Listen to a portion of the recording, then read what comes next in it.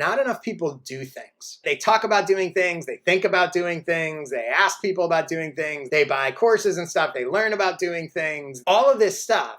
But the vast majority of people aren't actually doing things. And it's really the only part that matters. And a lot of times when I have conversations with people, it's interesting because they're asking me, how do I get more clients? How do I get more followers? How do I do this, that, or the other?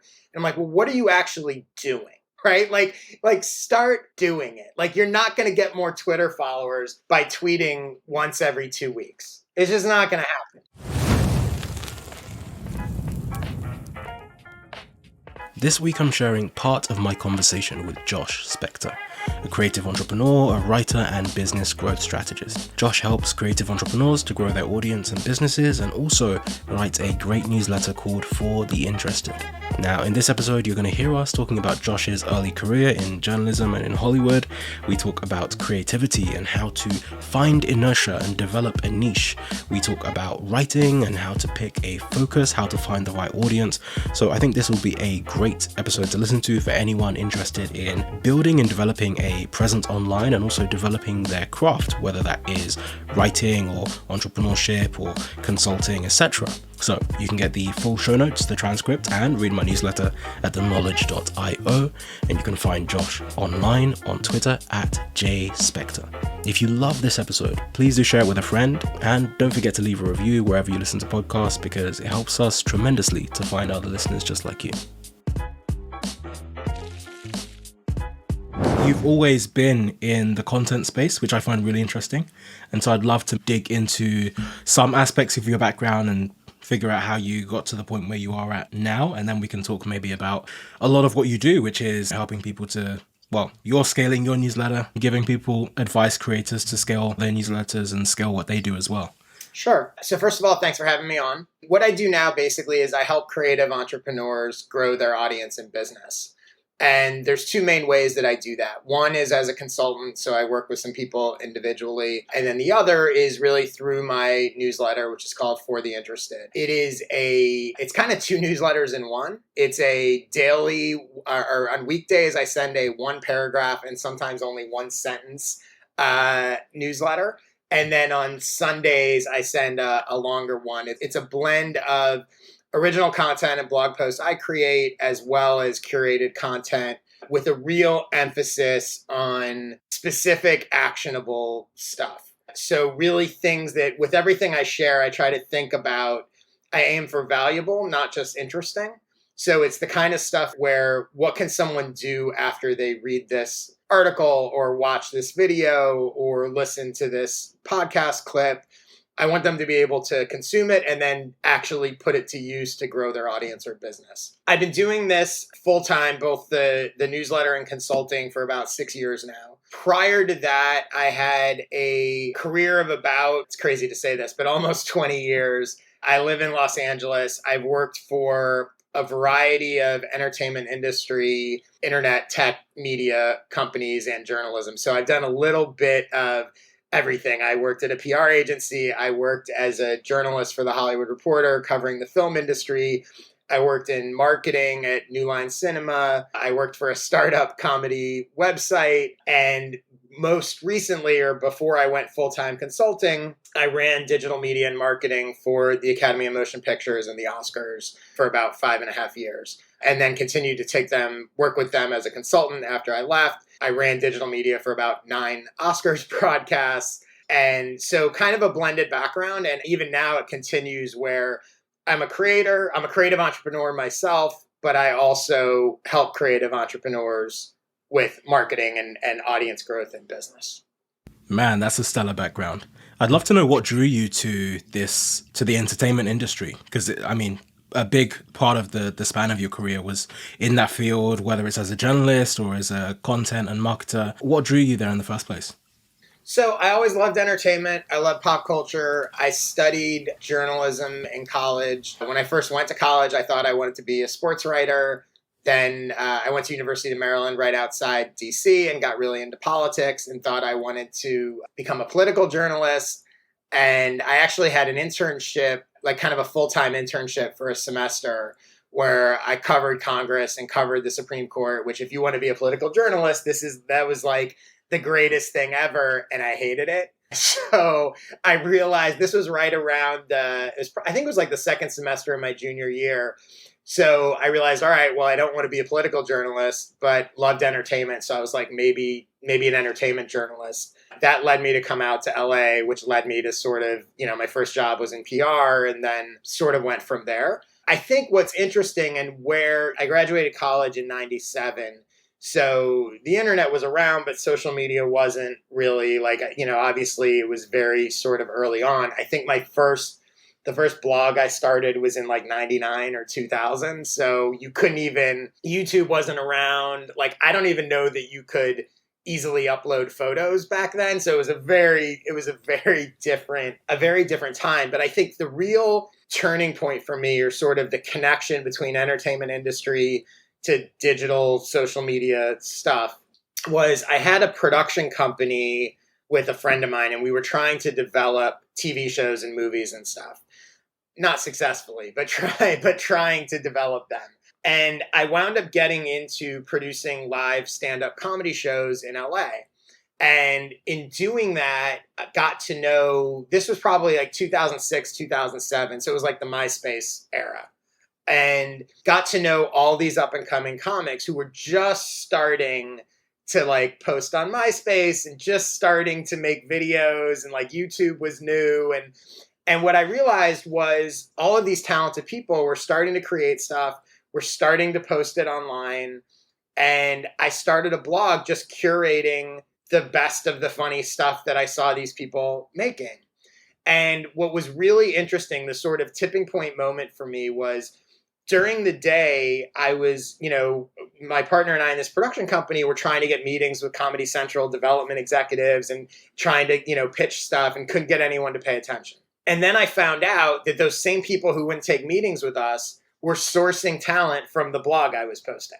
And it was like this huge light bulb moment of like, oh, this internet social media stuff is an end around.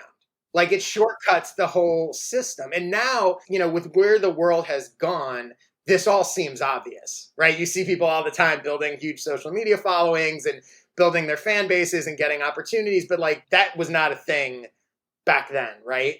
So, but it was such a light bulb that I was like, wow, this is really interesting, that I can't get the traditional way of the entertainment industry, the gatekeeper system and everything else. I can't get anyone to pay attention to me.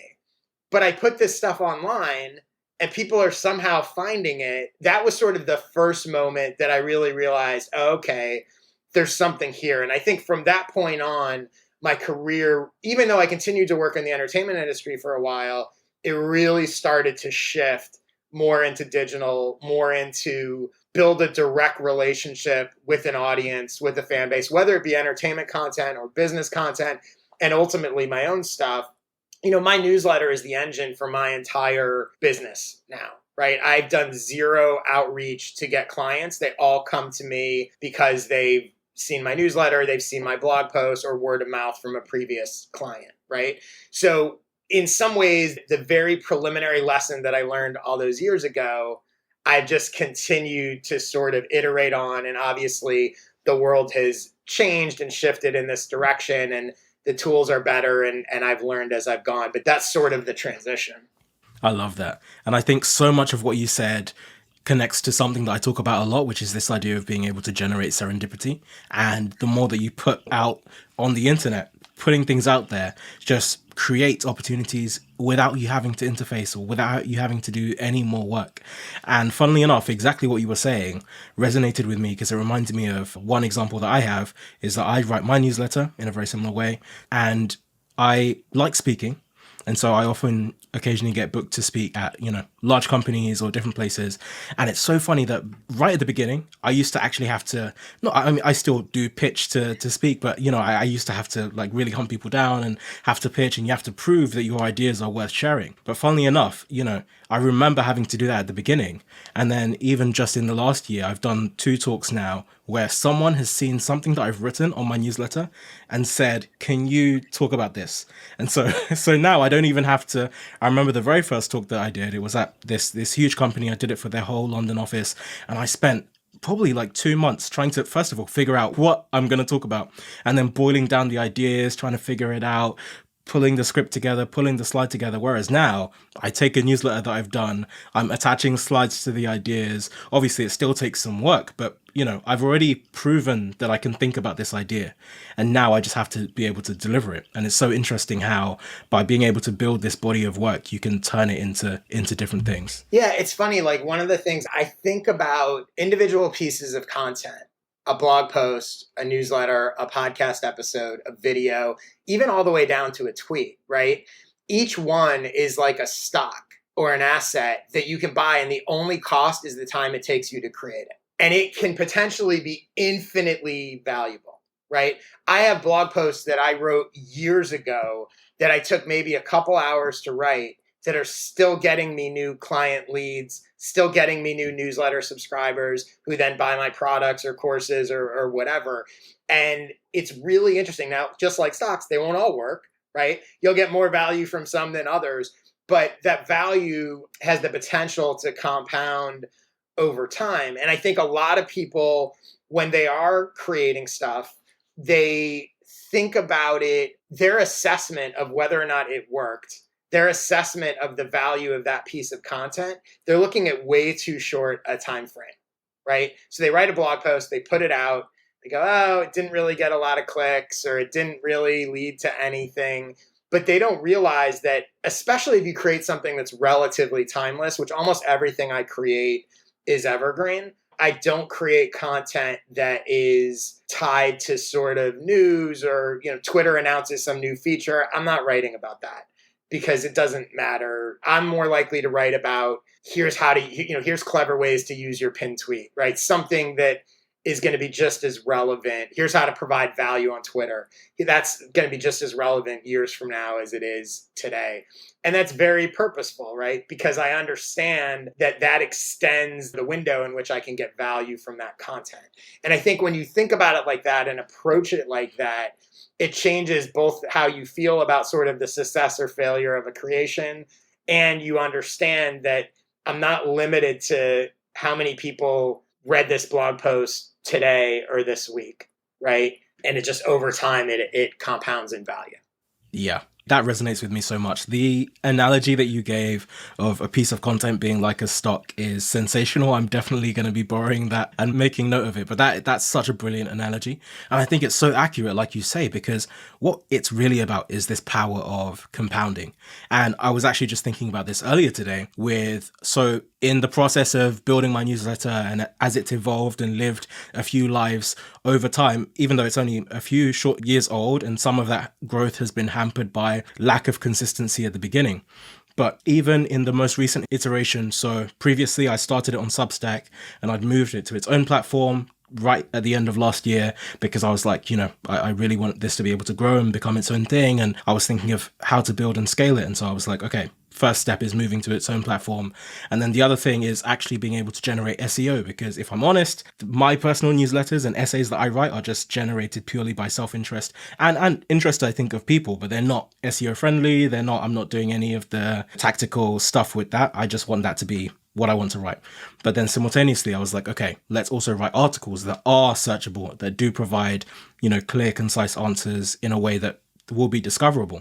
And it's interesting because it's something that you do, and well, at least in my experience, the impact is not immediate.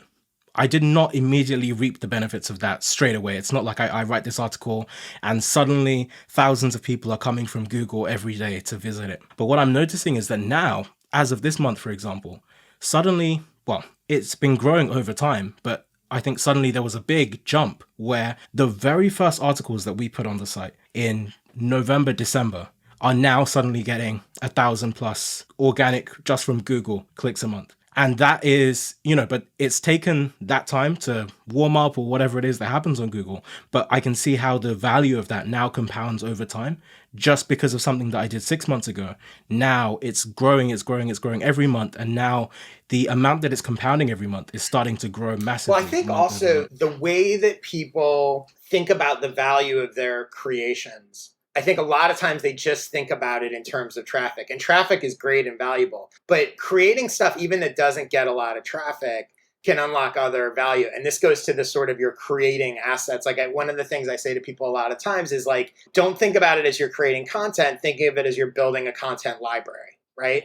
So you're building a collection of resources that you can use in a variety of different ways. So for example, I might write a blog post that, let's say it doesn't do very well. It doesn't get a lot of traffic. It's not, even after years, SEO, it's not work. Like it just is, right? I created it and sort of it didn't go anywhere. But 3 years after I created it, someone on Twitter or someone emails me and they asks me a question. And I happen to have already written this blog post, which answers their exact question. And I'm able to send it to them as opposed to trying to answer their question or as opposed to getting on a call with them or whatever. I'm able to go, hey, here is this thing that I wrote 3 years ago that nobody seemed to care about, but it is exactly the answer to what you want to know. And that person reads it, and it, sure enough, is exactly what they want to know. And they're able to access my expertise, my thought process, and they turn back and go, that was amazing. Can I hire you? Can we do a consulting call? Can you help me with whatever? So that post that was a total flop and never got any traffic, 3 years after I wrote it, gets me a client, which arguably could be more valuable, depending how you define value, but could be more valuable to me than another post that gets a ton of traffic but doesn't actually lead to anything. The other piece of the value that I think people miss is, and I'm a huge fan of, or huge believer in, consistent production of content, right? So I publish my newsletter every week for 6 years, and now for the past 6 months or whatever, every weekday as well, a short version.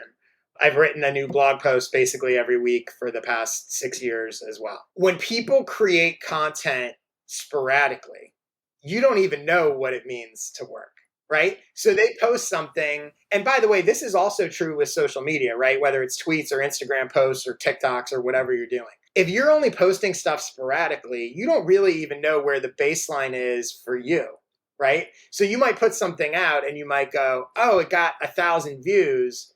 That's awesome. What a hit.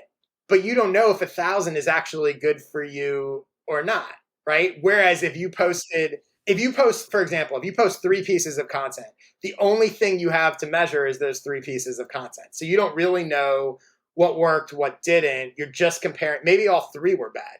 So the one that you think was good wasn't actually good. It's just that, the baseline is low, right? The more you produce, the better you're able to judge and assess what actually resonates with people.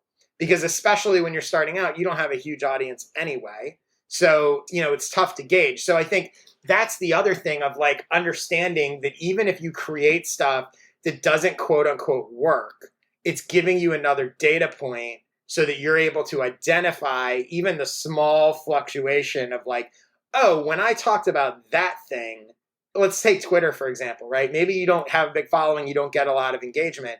The difference between something that gets 5 replies and 2 replies is sending you a signal. And the more you put out there, the more you start to understand, okay, that idea is resonating.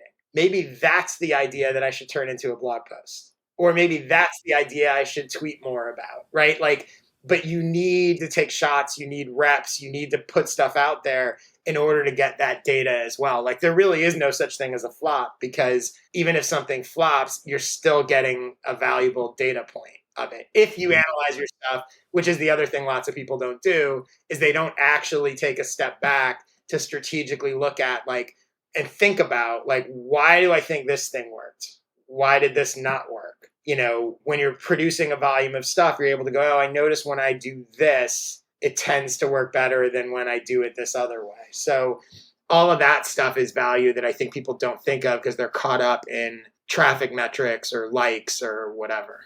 Hey, we'll get back to the episode in just one moment, but I wanted to tell you very quickly about my newsletter. I started sharing everything I was learning online, and a few thousand people came along for the ride. I send 3 regular emails.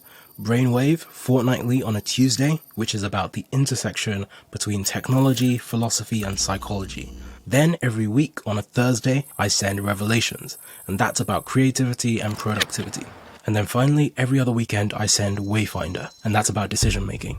So people in the audience actually send me really tough problems that they're working through, and I help to deconstruct them using mental models and decision-making frameworks. So if you'd like to subscribe, you can join me and over 20,000 incredibly driven people at theknowledge.io. Okay, back to the episode. Yeah, I absolutely agree with that. And even just on the ending point of what you were saying, I think a lot of people are also afraid to start. And they're afraid to start because they're afraid to fail. And just like what you were saying, I think people ultimately, they still want to be good, right? The whole point is that you want to be able to say that you're good at doing X. But the whole point is, it's just like increasing your batting average. This is the analogy that I use.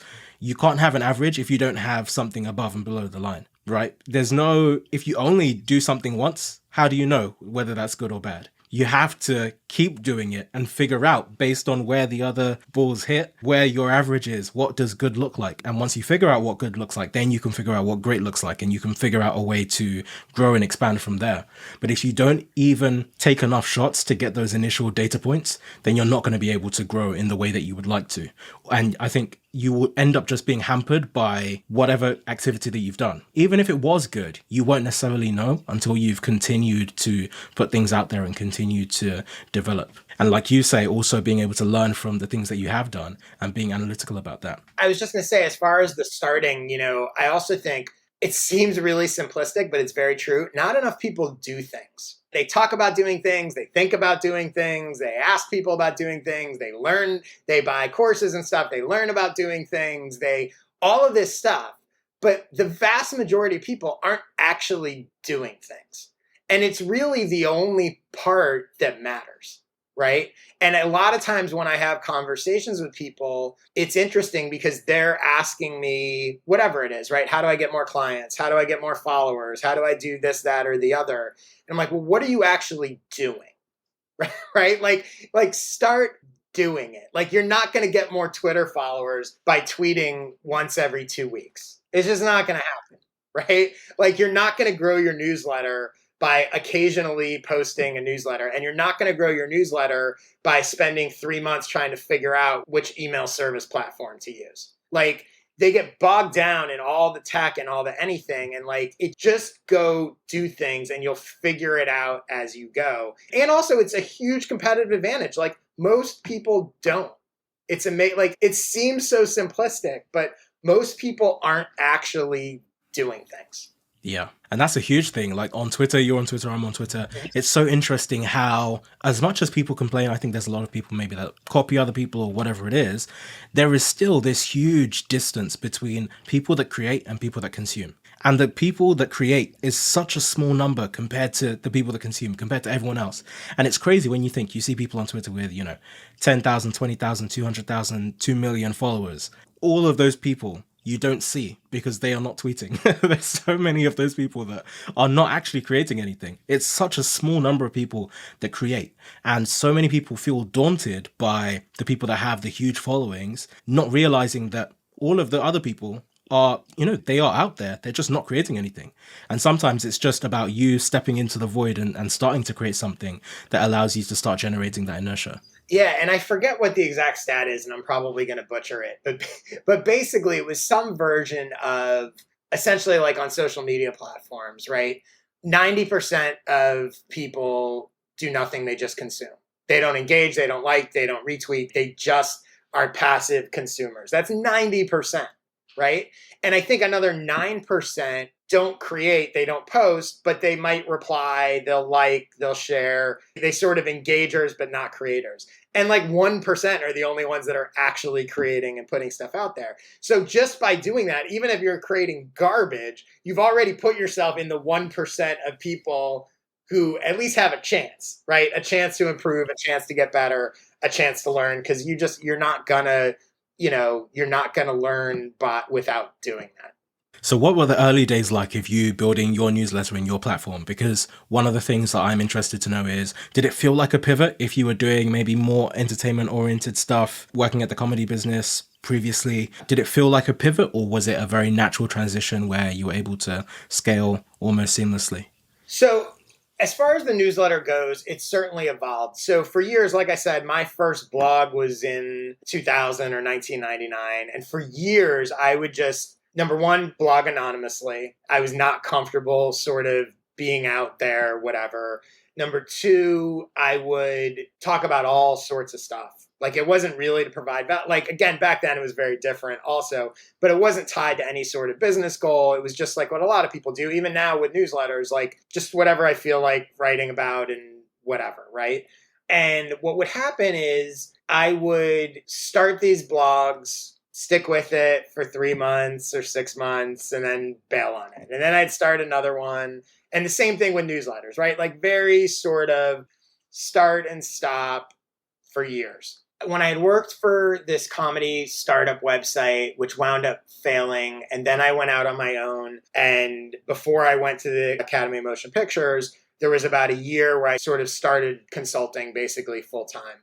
And what was interesting about it was at that point, I had never really used what I had learned or what I believed I had learned about sort of how to grow audiences. I never really used to grow my own business, right? So I was like, all right, here we go. Let's see if all these things that I've been telling comedians and doing to help grow traffic at this comedy website, like, let's see if I can do it to myself. And at the time, I was focused on basically helping comedians use social media and marketing to grow their audience. So I started a site called Connected Comedy, and literally I was blogging every day. It's interesting, like it's very similar to what I do now, except it was very hyper like comedian focused, whereas now I'm more broader or like creative entrepreneur focused. So I started blogging every day, and I had a newsletter with that. It was more an email list than a newsletter. I mean, technically it was a newsletter, but I would sort of just send out whatever blog post I had or whatever. And and it worked. And I was getting clients who, it's funny because when I started it, I thought my initial clients would be comedians who I already knew.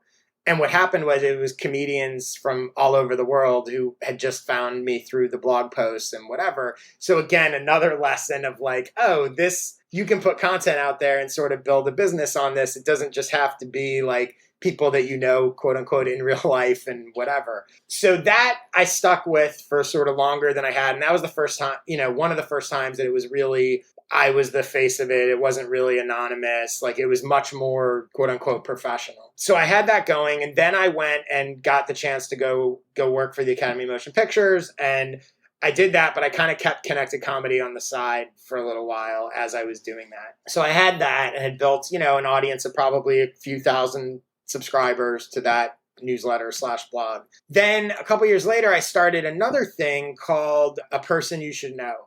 And it was a daily, like, brief profile of, like, what's funny, in retrospect, I now see it was like all creative entrepreneurs.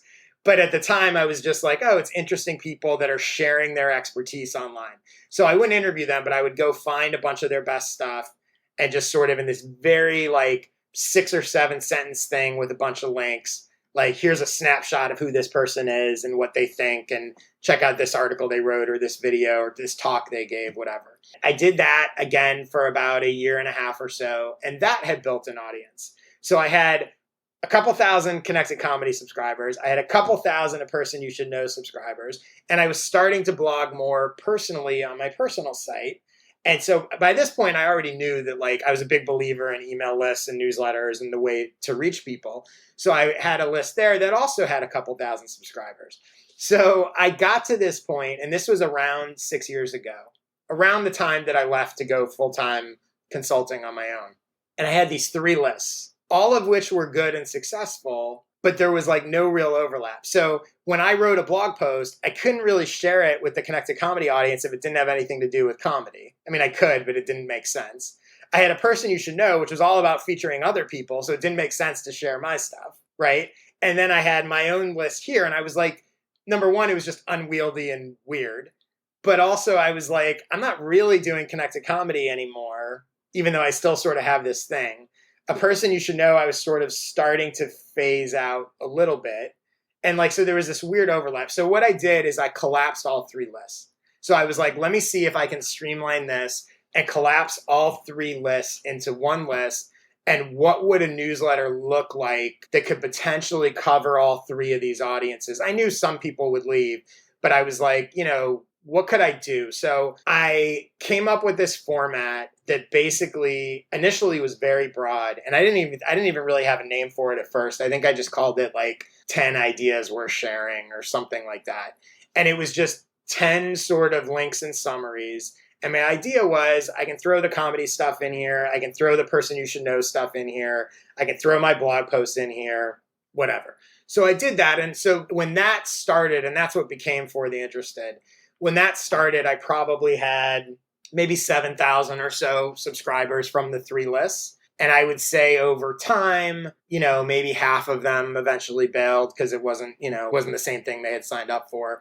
So I wound up with about 4,000. And so that then after a couple months or whatever, I came up with the name For the Interested. It became that. And so from that 4,000, it's gone and evolved. And over time, I niched down more to sort of create, originally, I think my original tagline was like ideas to help you become better at your artwork in life. So very broad, but a sort of improvement thing. So those early issues, they might have had something about how to get a better night's sleep. They might have had there was the sort of creator type stuff, but then there was also the kind of general self-improvement stuff. And I eventually honed into it really being audience and business growth tips for creative entrepreneurs, and which really much aligns with my consulting and the work that I do. And because at a certain point I was like, I'm not sure why I'm sharing all this self-improvement stuff. Like, that's not really what I want. And even who I want to attract, like, not that there's anything wrong with it, but it just didn't align with my ultimate goals. So yeah, so it started with around 4,000, but again, that's misleading because that was years in the making to get to that point. And now I'm at about just under 19,000. So.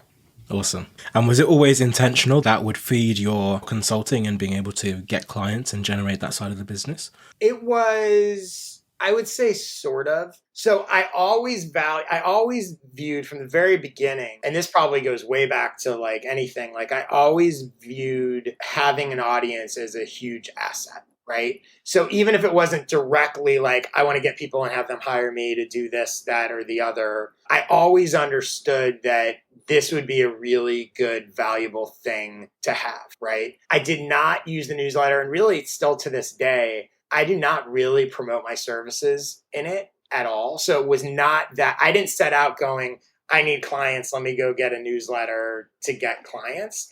I view it as its own product. And I get clients because they read it, they read my original blog posts, they sort of go, wow, I like this guy, seems to know, I wonder if he can help me. So it was partially intentional, but I wouldn't say, I always viewed it as its own product. And for years, for I think probably the first 4 years, I did not directly monetize it at all. I have since built a solid ad business around it. So it has become a source of revenue, but that was never the point. For me, it was always about build an audience that I have a connection to, and that will create all sorts of other opportunities, whether it be clients, whether it be products I can sell, whether it just be a network of people and opportunities. So that's sort of how I thought about it. It was not sort of promotional driven at all. Thank you so much for tuning in.